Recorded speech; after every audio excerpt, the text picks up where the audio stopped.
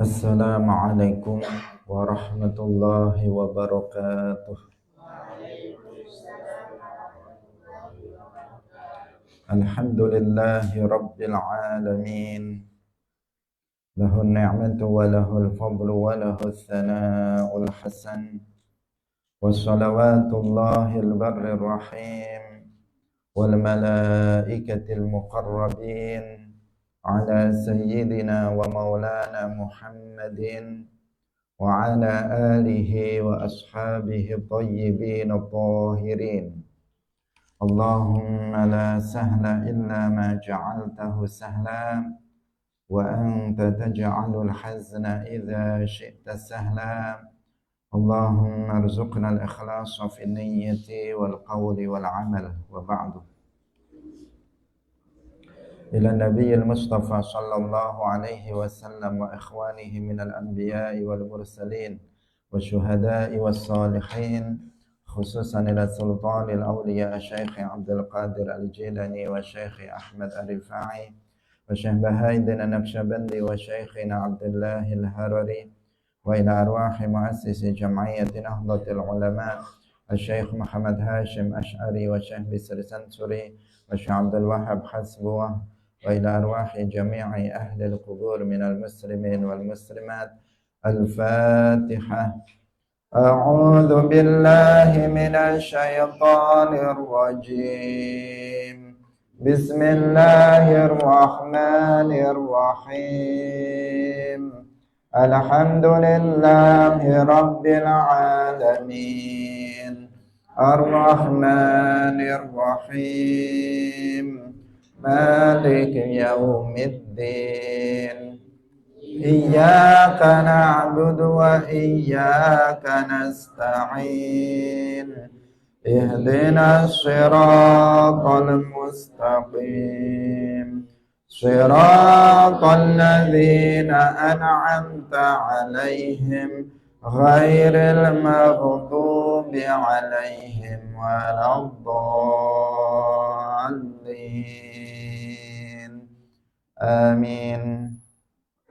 Hadirin hadirat kaum muslimin muslimat, pemirsa Madu TV rahimakumullah. Alhamdulillah, mari kita bersyukur kepada Allah Subhanahu wa taala. Di pagi hari ini Allah Subhanahu wa taala kembali mengumpulkan kita dalam majelis ketaatan, yaitu majelis Ilmuddin, dalam pengajian kitab Bulughul Maram karya Al-Hafidh Ibnu Hajar Al-Asqalani. Semoga Allah Subhanahu wa taala memberikan keistiqamahan kepada kita semuanya. Amin ya rabbal alamin. Shalawat dan salam semoga tetap terlimpahkan kepada Nabi Agung Nabi Muhammad sallallahu alaihi wasallam, para sahabatnya, keluarganya, serta seluruh umat Islam yang mengikuti beliau ila yaumil qiyamah. Hadirin rahimakumullah, mari kita ikhlaskan niat kita masing-masing. Kita ngaji lillahi ta'ala. Kita masih dalam kitabun nikah dari kitab Bulughul Maram. Hadis-hadis yang menjelaskan yang kaitannya, permasalahan yang berkaitan dengan pernikahan. Qala al-muallif rahimahullah wa an Sahl bin Sa'd as-Sa'idi radhiyallahu anhuma qala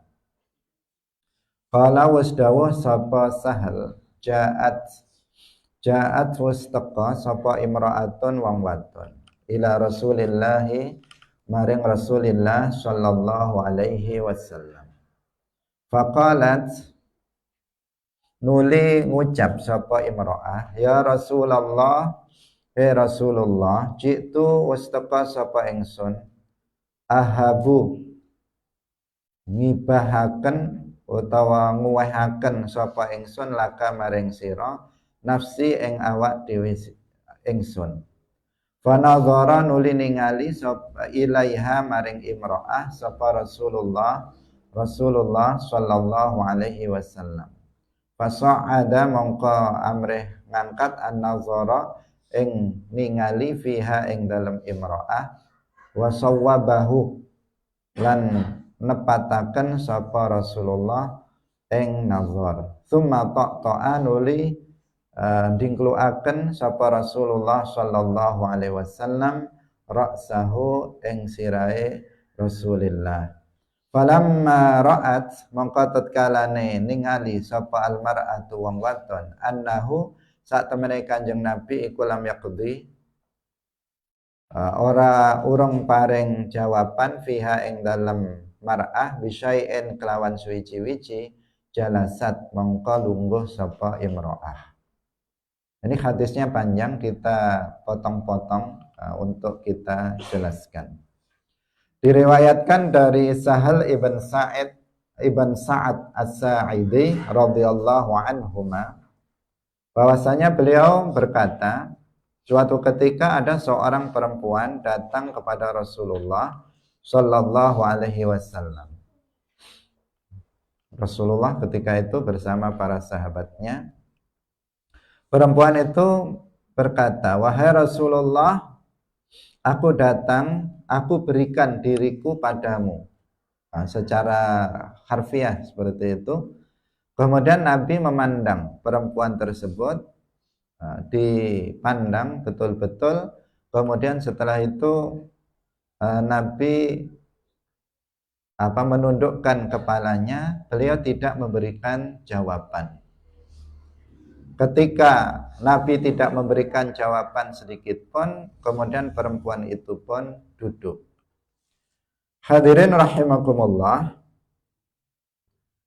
Hadis ini, dari penggalan hadis ini, pertama menunjukkan kepada kita bahwa boleh bagi seorang perempuan itu untuk menawarkan dirinya kepada seorang laki-laki apabila ada seorang laki-laki yang soleh. Misalnya ada seorang laki-laki yang dia lihat soleh, misalnya alim, soleh, baik akhlaknya. Kemudian perempuan itu ingin menjadi istrinya. Kemudian dia berkata kepada laki-laki itu, misalnya, nikahilah saya. Nah, itu boleh seorang perempuan berkata seperti itu kepada seorang laki-laki yang soleh. Seperti yang dilakukan oleh perempuan ini kepada Rasulullah Shallallahu Alaihi Wasallam. Rasulullah tidak diragukan afdalu al-makhluqat, laki-laki yang paling mulia, orang yang paling bertakwa, orang yang paling takut kepada Allah, Nabiyun, bukan hanya nabi tetapi afdalul anbiya. Perempuan ini ingin dinikahi oleh Nabi, sehingga perempuan itu datang kepada Rasulullah Shallallahu Alaihi Wasallam. Beliau mengatakan, udah saya serahkan diriku padamu agar engkau menikahiku. Perempuan itu langsung terang-terangan seperti itu, dan itu menunjukkan boleh. Jika misalnya kalian kaum perempuan misalnya melihat ada laki-laki yang soleh, akhlaknya bagus, cocok kalau misalnya jadi suaminya, kemudian dia menawarkan dirinya kepada laki-laki itu agar laki-laki itu bisa menikahinya. Seperti yang dilakukan oleh perempuan ini, bukan sesuatu yang tercela. Tapi tidak sembarangan. Tidak sembarangan ini kepada siapa? Kepada orang yang memang orang itu orang yang soleh. Dia ingin, karena kalau memiliki suami yang soleh, tentu saja perempuan tersebut akan mendapatkan kesenangan baik di dunia maupun di akhirat. Karena ada orang yang akan menuntun dia, ada orang yang membimbing dia, ada orang yang nanti bisa menjadikan dia lebih baik, lebih taat kepada Allah Subhanahu wa Ta'ala. Sehingga dia menginginkan itu, kebaikan untuk dunianya dan kebaikan untuk akhiratnya, sehingga datang untuk minta dinikahi. Nah, tidak sembarangan kepada setiap laki-laki misalnya nikahi saya. Nah, tidak seperti itu. Ini adalah tujuannya adalah tujuan untuk kebaikan diri perempuan itu sendiri. Nah, Karena sebagian perempuan sebagian perempuan tidak melihat kepada sholah, pada kesolehan seorang laki-laki. Tetapi jika laki-laki itu kaya, tampan, maka kemudian nikahilah saya misalnya. Karena melihat hartanya, kekayaannya yang melimpah. Bukan itu, tetapi yang di sini adalah karena kebaikan dari laki-laki itu sehingga banyak perempuan yang ingin dinikahi oleh Rasulullah Shallallahu Alaihi Wasallam. Nah, melihat yang seperti itu, Nabi kemudian nazar. Nah, ini yang kemarin kita bahas, boleh melihat nazar, melakukan nazar kepada seorang perempuan yang ingin dinikahinya. Nah, untuk melihat cocok apa enggak cocok, sesuai apa enggak sesuai dengan yang dia kehendaki. Nazar kepada wajah dan kedua telapak tangannya bi ghairi syahwah, dengan tanpa syahwat.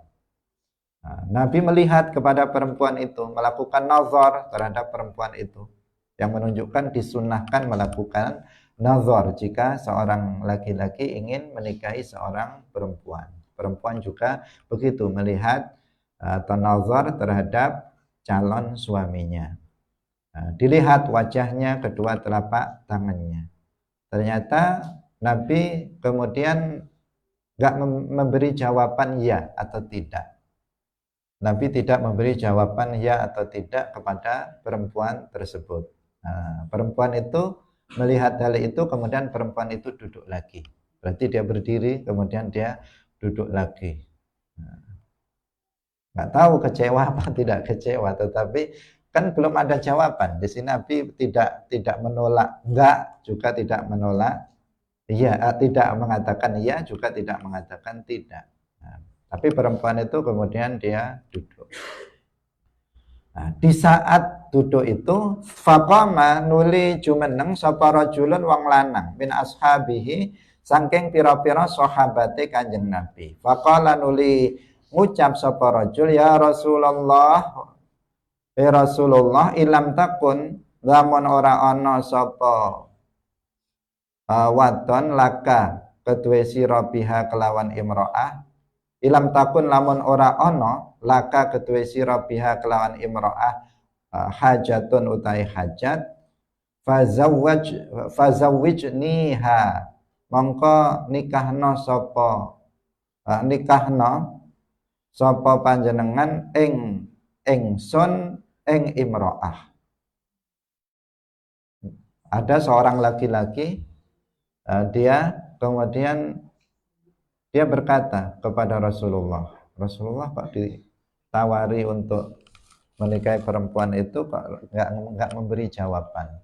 Kemudian ada seorang laki-laki kemudian berdiri, wahai Rasulullah, jika engkau nggak mau sama perempuan itu, nikahkanlah aku dengan perempuan itu. Nah, ternyata salah satu sahabat ini dia mau, dia ingin untuk dinikahkan Nabi dengan perempuan yang tadi itu. Di sini di sini menunjukkan bahwa khitbah terhadap khitbah yang sebelumnya, jika belum ada jawaban di sini, itu adalah diperbolehkan. Qala dawuh sapa Kanjeng Nabi, fahal indaka min syai', fahal mongko ana ta iku ing dalem ngersa sira min syai'in saking suwiji-wiji. Artinya apakah kamu itu punya duit atau punya harta untuk membayar mahar? Faqala nulin jawab sapa rajul, la ora. Wallahi, demi Allah, ya Rasulullah. Faqala nuli dawuh sapa Kanjeng Nabi, idhab lunga sapa sira ila ahlika maring keluarga sira. Fangzur nuli ningalono sapa sira hal tajitu ana ta nemu sapa sira syai'an ing suwiji-wiji. Fadhahaba nuli lunga sapa rajul tsumma raja'a nuli bali sapa rajul. Faqala nuli jawab sapa rajul, la ora wallahi ma wajadtu ora nemu sapa ingsun syai'an ing suwiji-wiji. Faqala nuli dawuh sapa Rasulullah sallallahu alaihi wasallam, unzur ningalono sapa sira walau khataman lan senajan ing ing cincin min hadidin saking wesi. Fadhahaba nuli lunga sapa rajul tsumma raja'a nuli bali sapa rajul faqala nuli ngucap sapa rajul la wallahi ora ana wallahi ya Rasulullah wala khataman lan ora ing cincin min hadidin saking wesi. Walakin hadza lan tetapi ini hadza utaiki iku izari sarung ingsun. Faqala dawuh sapa Sahal ma ora ana malahu ora ana iku kedue raja ridaun rida falaha mongko iku kedue imro'ah nisfuhu separone rida. Faqala nuli dawuh sapa Rasulullah sallallahu alaihi wasallam ma tasna'u bi izarika ma apa tasna'u gawe sapa sira bi izarika kelawan sarung sira in labistahu lamun nganggo sapa sira ing izarika lam yakun ora ana alaiha ing atase imro'ah minhu sangking izarika syai'un apa syai'un suci-wici wa in labisat hulan lamun nganggo sapa imro'ah ing izarika lam yakun ora ana alaika ing atase sira minhu sangking izar apa syai'un suci-wici.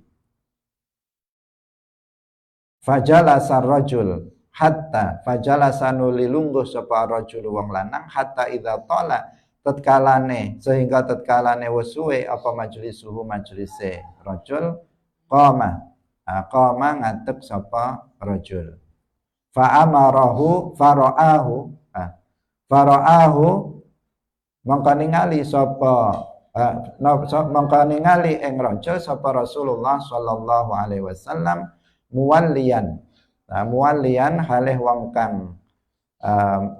kang lunga ninggalakan tempat berpaling fa'amara nuli perintah bihi kelawan rajul fadu'iya mongko den undang bihi kelawan rajul.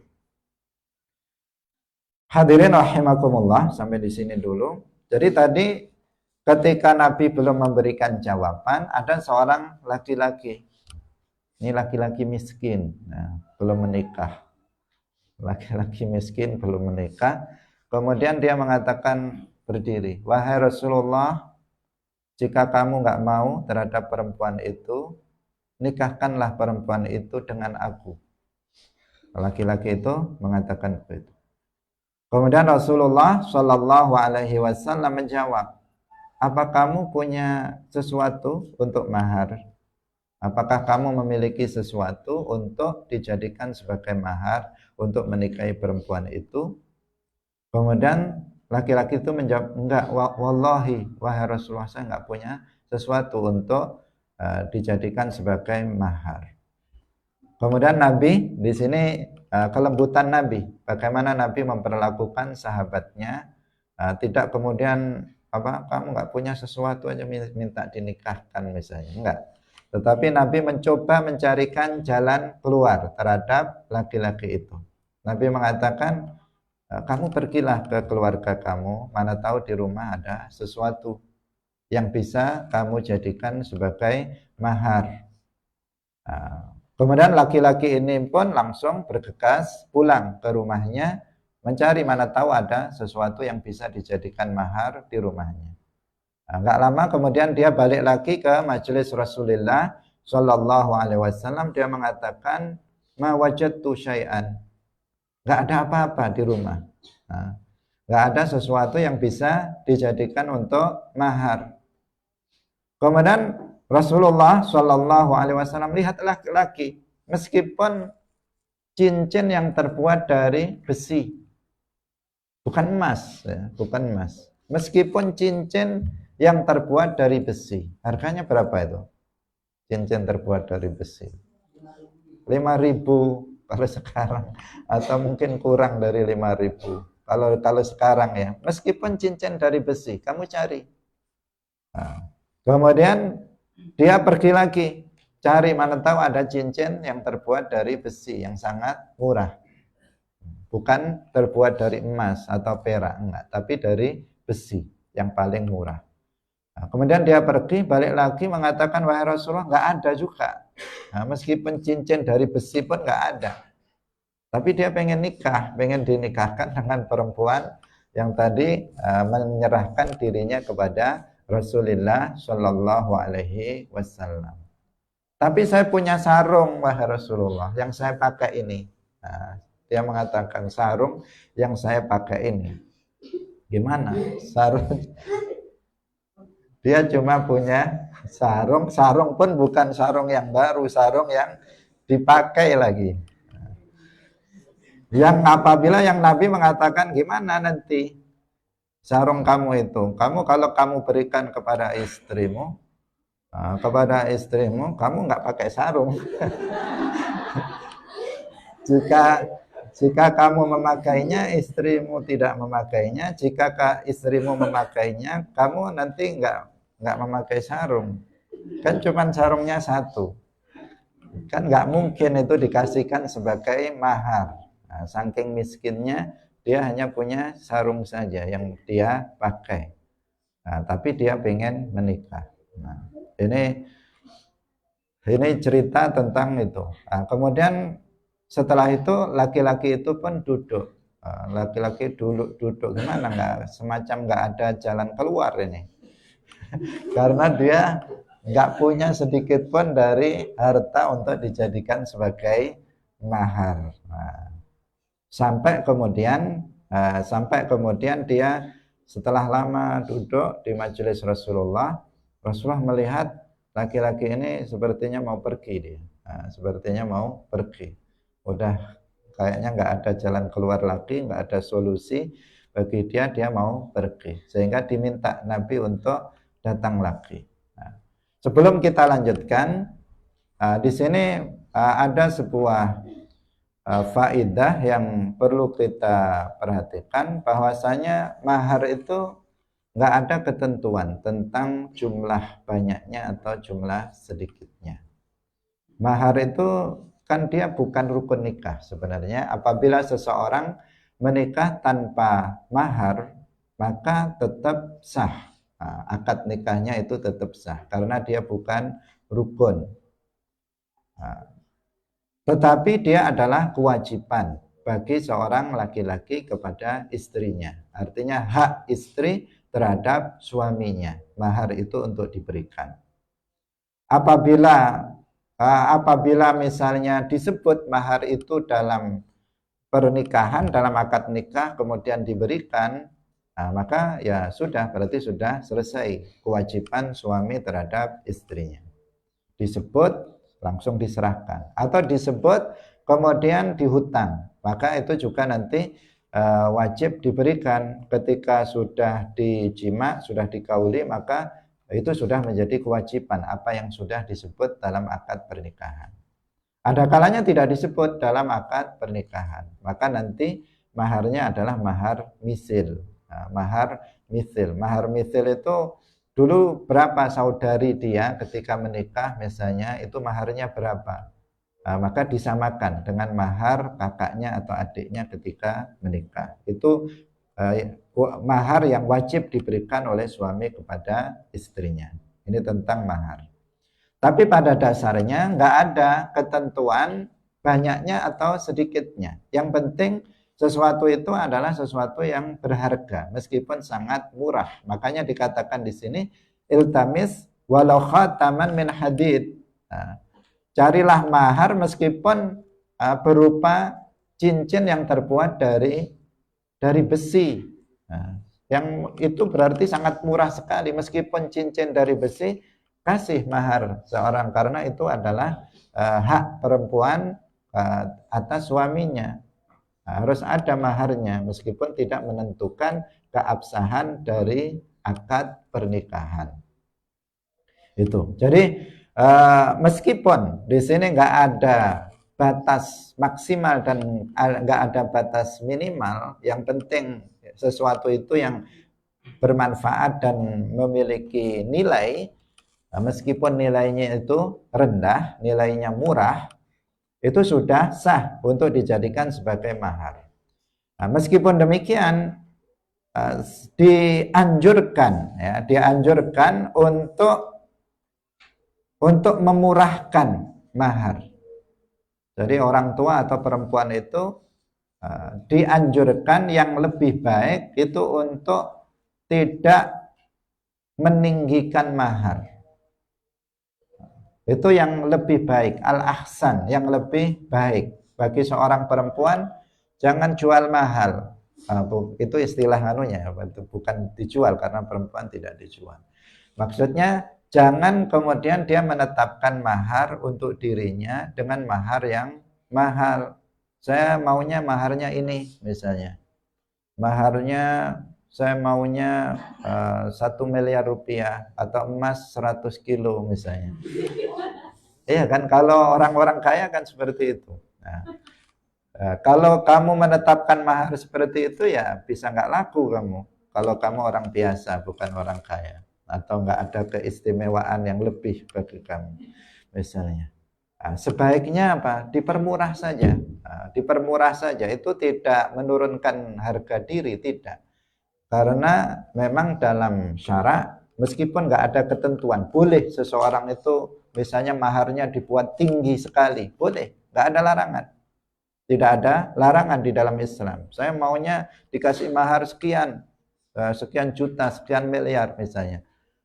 Itu hak dia, hak dia. Meskipun tanggung sendiri resikonya kalau terlalu mahal. Resikonya ya nggak laku-laku tadi, bisa jadi perawan tua. Secara zahir ya, secara zahir. Kalau seperti itu, maka yang lebih baik dalam syariat itu jangan mahal-mahal.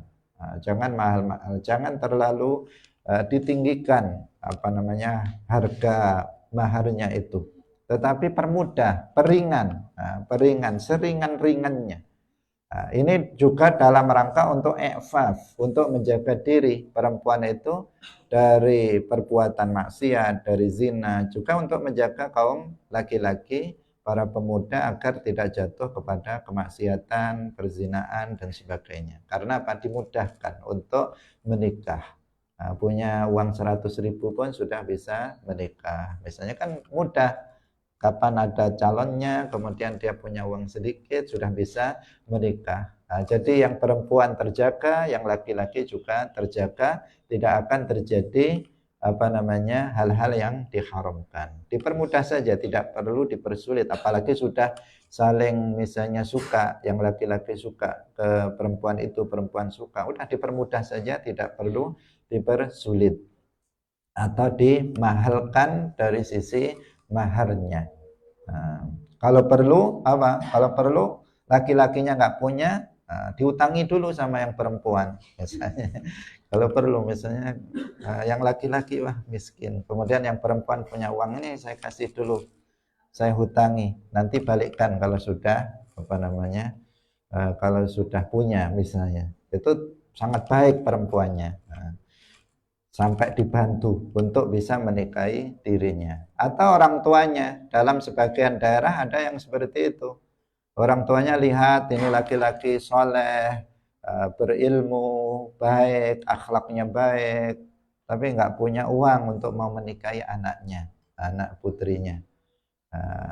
Kasihan kalau nanti ini dia sangat pingin, bapaknya ingin dapat menantu laki-laki yang begitu, yang baik, yang berakhlak mulia. Kemudian orang tuanya ngasih kepada laki-laki itu untuk mahar agar bisa menikahi anaknya. Itu juga boleh saja, nggak masalah yang seperti itu, dan itu sebuah kebaikan, sebuah kebaikan. Artinya apa? Dipermudah dalam hal mahar. Meskipun sekali lagi boleh bagi seorang perempuan untuk meninggikan maharnya. Misalnya saya maunya sekian, enggak apa-apa, itu hak perempuan. Meskipun tadi ada risiko yang harus dia tanggung, misalnya apalagi sudah laki-lakinya sudah baik, berilmu, misalnya akhlaknya baik, soleh, taat, kemudian kamu mahalkan, enggak jadilah menikah. Akhirnya yang laki-laki cari perempuan yang lain. Kamu jadi jadi rugi nanti karena tidak mendapatkan pasangan suami yang baik, yang berakhlak mulia, yang itu di zaman sekarang tentu sangat sulit untuk mendapatkannya. Nah, jadi dipermurah saja, karena ada di sebagian daerah itu kan tradisi. Nah, tradisi mahal-mahalan itu adalah menjadi sebuah tradisi.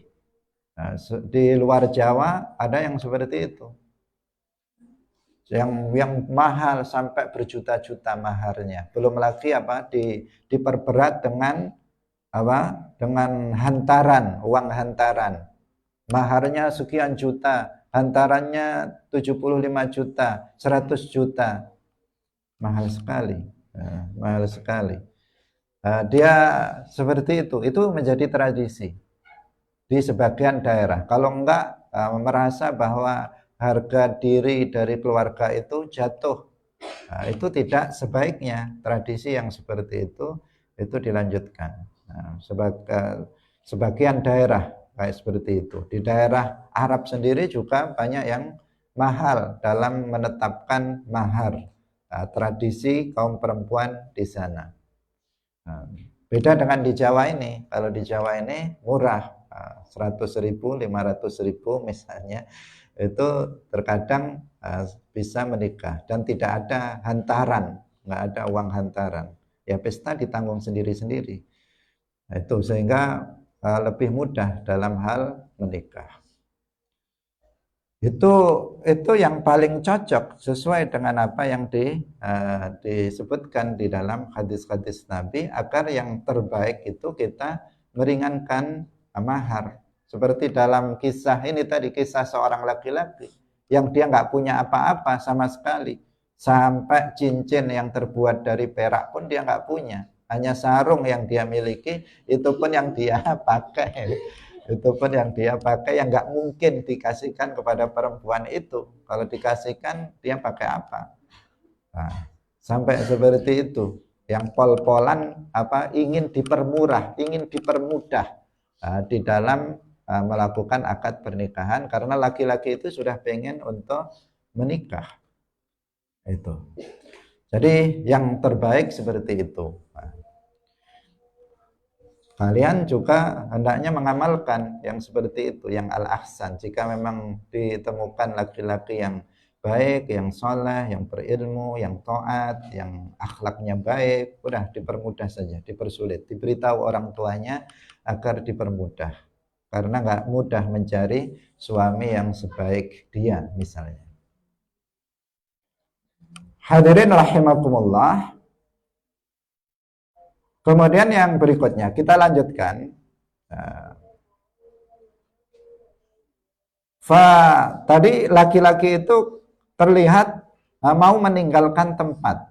Kemudian Nabi panggil lagi. Setelah mungkin merasa bahwa dia sudah nggak ada solusi, karena dia nggak punya sesuatu untuk bisa menikahi perempuan itu, dia mau meninggalkan tempat, tapi dipanggil lagi oleh Nabi. Dipanggil lagi. Falamma ja'a, tatkalane teka sapa rajul, qala dawuh sapa Kanjeng Nabi, madza ma'aka minal Qur'an. Madza ma'aka, iku apa ma'aka sartane sira minal Qur'ani saking Al-Qur'an. Di sini Al-Qur'an harus maklum.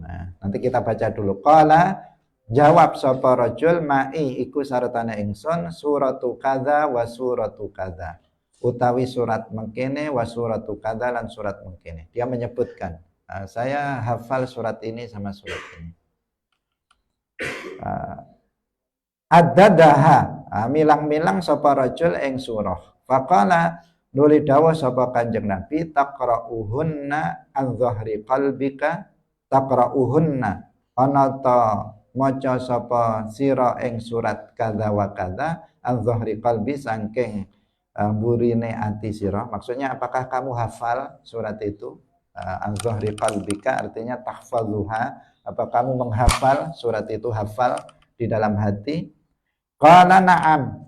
Laki-laki itu menjawab, iya wahai Rasulullah. Qala idhab faqad malaktukaha bima ma'aka minal Qur'an.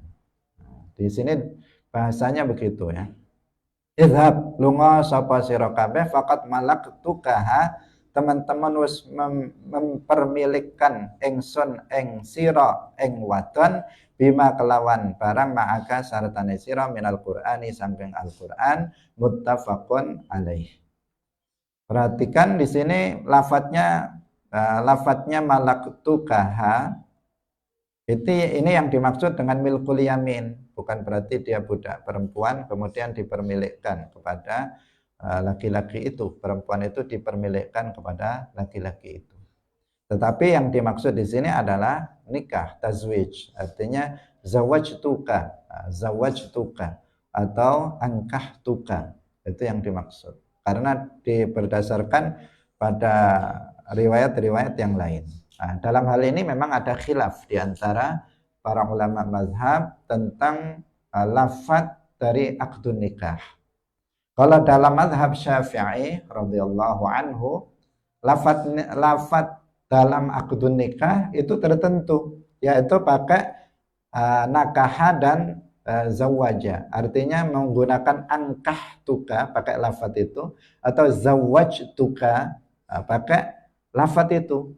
Tazwij dan ingkah atau terjemahannya dengan dua lafadz ini atau dengan terjemahannya. Itu kalau dalam mazhab Syafi'i, nggak boleh dengan lafadz yang lain, harus dengan dua lafadz ini atau terjemahannya. Misalnya dengan terjemahannya dalam bahasa Indonesia, dia mengatakan, walinya mengatakan, saya nikahkan kamu. Ada yang ditambahi lagi, saya nikahkan dan kawinkan kamu dengan putriku. Dia mengatakan seperti itu, lebih diperkuat.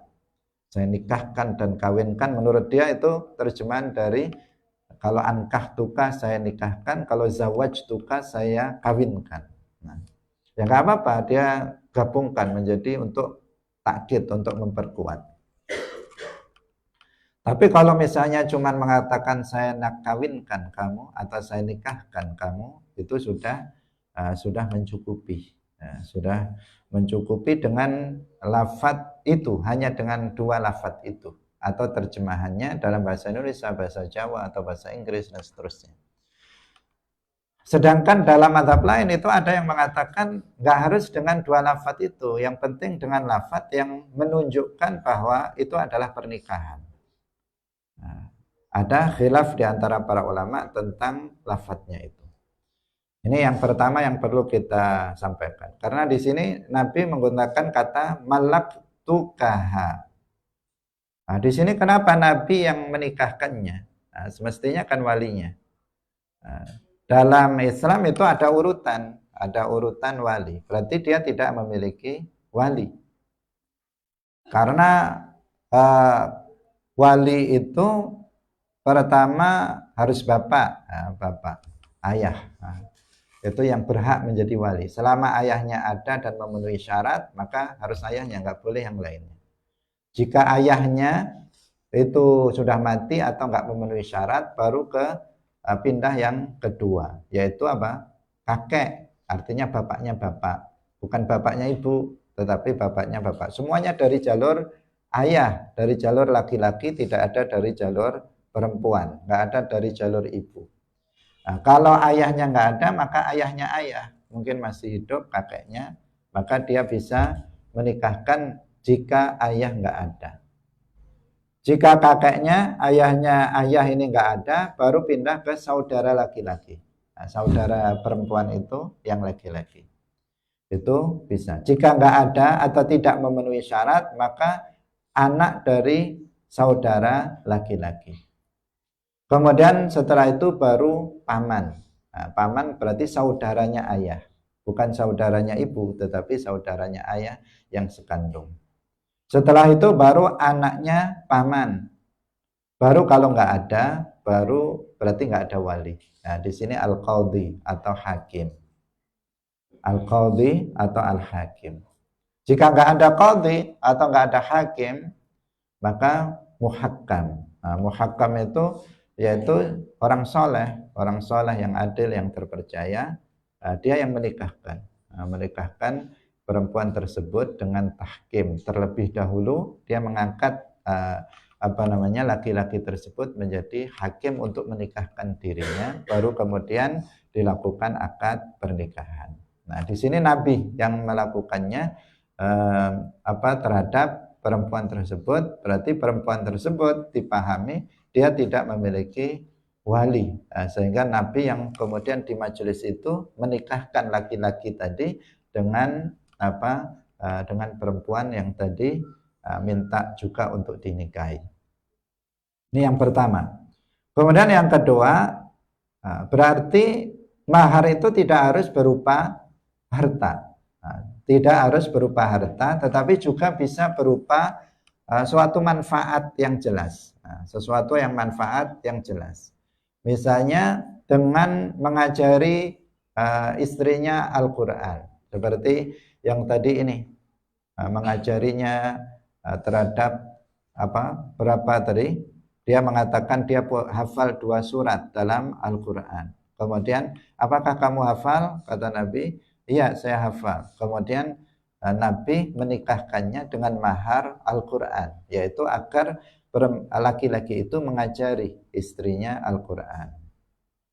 Nah, itu juga boleh. Jadi manfaat, sesuatu yang memiliki manfaat yang jelas, itu juga boleh untuk dijadikan sebagai mahar.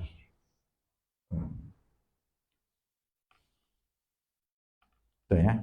Muttafaqun alaih. Wa lafdhu lil Muslim wa fi riwayatin qala lahu intaliq. Nah, ini riwayat yang lain.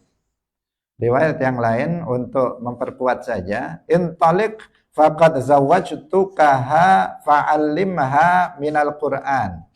Dalam riwayat yang lain, pergilah kamu, aku sudah menikahkan kamu dengan perempuan itu, maka ajarilah perempuan itu Al-Qur'an. Nah, jadi mengajarkan Al-Quran dijadikan sebagai mahar. Dalam riwayat yang lain, amlaknakaha bima ma'aka minal Quran. Ini bahasa yang lain. Amlaknakaha bima ma'aka minal Quran. Sama. Wali Abi Dawud an Abi Hurairah radhiyallahu anhu qala ma tahfadhu. Apa yang kamu hafal? Qala, laki-laki itu menjawab surat Al-Baqarah wallati taliha. Saya hafal surat Al-Baqarah dan surat yang setelahnya. Qala qum fa'allimha isyrina ayah. Nah, berdirilah, ajarkanlah perempuan itu 20 ayat. Jadi maharnya berupa mengajarkan 20 ayat dari surat Al-Baqarah. Ini diperbolehkan. Berarti boleh jika seseorang itu memang udah nggak punya apa-apa, tapi kan dia baik, dia soleh, buktinya dia hafal Al-Quran 2 juz lagi, atau 2 juz ya, karena Al-Baqarah dan berikutnya, surat berikutnya. Ini kemudian maharnya adalah berupa mengajarkan Al-Quran. Jika ada yang seperti itu enggak masalah. Atau misalnya mau mengajarkan ilmu agama, ilmu din ad-daruri, boleh. Perempuannya belum tahu tentang ilmu din ad-daruri, maharnya berupa memahamkan, mengajarinya dan memahamkan perempuan itu ilmu din ad-daruri, kitab Mukhtasar Abdullahil Harari. Itu maharnya, bukan kitabnya. Kalau kitabnya juga boleh karena itu memiliki harga dia. Misalnya maharnya berupa kitab Mukhtasar atau Al-Qaulul Jali atau kitab yang lainnya, atau berupa manfaatnya, yaitu dengan maharnya dengan mengajari istrinya ilmu din ad-daruri dengan kitab ini. Maka wajib bagi laki-laki itu untuk mengajarinya kitab itu sampai paham dari awal sampai akhir misalnya. Atau misalnya babul akidah saja misalnya. Ya, nanti terserah kesepakatan di antara keduanya. Hadirin rahimakumullah. Inilah tentang permasalahan mahar dan nazar, yang ada beberapa faedah yang bisa kita ambil dari hadis yang panjang ini. Tentu kalau dicari faedah-faedah yang lainnya itu sangat banyak. Di antara yang terpenting yang tadi adalah bagaimana seseorang itu mempermudah orang dalam menikah. Jangan mempersulit. Sudah orang sulit tambah sulit. Kasihan kalau seperti itu. Banyak seseorang itu terhalang dari menikah gara-gara apa? Gara-gara mahar, gara-gara uang hantaran. Sudah laki-laki perempuan sudah sama-sama suka, tapi orang tuanya nggak bisa dilobi, nggak bisa, pokoknya sekian. Dia bilang malu kita kalau misalnya dibuat murah-murahan. Akhirnya apa? Akhirnya nggak jadi menikah, gagal dua orang ini untuk menikah gara-gara permasalahan uang saja. Itu jangan sampai terjadi hal yang seperti itu. Meskipun tadi apa? Hak istri, memang hak perempuan untuk menentukan maharnya. Tidak bisa dicela juga kalau seandainya perempuan maunya maharnya dengan nilai yang tinggi. Tidak dikatakan kamu perempuan yang jelek karena kamu meninggikan mahar, enggak juga. Karena itu adalah hak perempuan itu. Cuman tadi apa? Al-ahsan, yang lebih baik. Wa an Amir ibni Abdullah. Kita lanjutkan satu hadis lagi. Wa an Amir ibni Abdullah ibni Zubair an abihi, saking bapak Abdullah berarti Az-Zubair bin Al-Awwam radhiyallahu anhum, anna Rasulullah saat apane Rasulullah sallallahu alaihi wasallam qala dawuh sapa Rasulullah, a'linu ngumumno sapa sira kabeh an-nikaha ing nikah. Rawahu Ahmad wa sahahahu Al-Hakim. I'lan itu memberi pengumuman. Pengumuman misalnya tentang pernikahan itu hukumnya sunnah. Maksudnya dengan apa? Dengan walimah. Misalnya dengan mengadakan walimatul ursi. Walimah tidak harus besar-besaran, kecil-kecilan, mengundang tetangga sekitar misalnya. Karena walimah di situ artinya pada dasarnya adalah dalam rangka untuk mengumumkan bahwa keduanya itu telah melakukan akad pernikahan. Itu bukan sesuatu yang wajib melakukan walimah. Yang penting kan dalam pernikahan itu ada suami, ada istri, ada dua saksi, ada satu wali. Sudah, itu saja. Tidak harus mengundang banyak orang. Tetapi walimah itu hukumnya sunnah. Sebaiknya dilakukan dalam rangka juga untuk i'lan. Kalau misalnya mau mengundang grup rebana, itu juga diperbolehkan biar tambah rame, lebih banyak yang mengetahuinya. Nanti kalau misalnya si fulan sama fulanah berboncengan di jalan, tetangganya udah nggak heran lagi. Kemarin memang sudah nikah, jadi sudah dimaklumi. Tapi kalau nggak ada suara, nggak ada pengumuman, nggak ada walimah, tiba-tiba kok dia bonceng perempuan misalnya. Itu siapa itu kok dibonceng? Belum nikah, dikira belum nikah, padahal sudah menikah. Maka di sini apa? Nabi memerintahkan a'linu an-nikah. Buat walimah meskipun kecil-kecilan, meskipun dengan menyembelih menyembelih kambing 1 ekor. Sudah besar kalau di sini 1 ekor kambing. Karena di riwayat yang lain aulim walau bisyatin. Buatlah walimah meskipun dengan 1 ekor kambing. Kalau di Arab mungkin itu kecil, kalau di sini menyembelih 1 ekor kambing sudah banyak yang diundang. Artinya meskipun kecil-kecilan dibuat walimah agar tetangga kanan kiri itu mengetahui. Tidak disyaratkan harus diumumkan lewat Facebook atau WhatsApp atau lewat Instagram misalnya tentang pernikahan dia. Karena bisa difahami begitu kan. Di sini kan bahasanya a'linu, umumkanlah nikah kalian. Artinya kemudian dipasang di Instagram, di Facebook, tentang pernikahan dia. Kalau dia lakukan misalnya sekedar pemberitahuan, diumumkan juga nggak masalah. Karena memang diperintahkan untuk mengumumkan pernikahan itu kepada orang lain.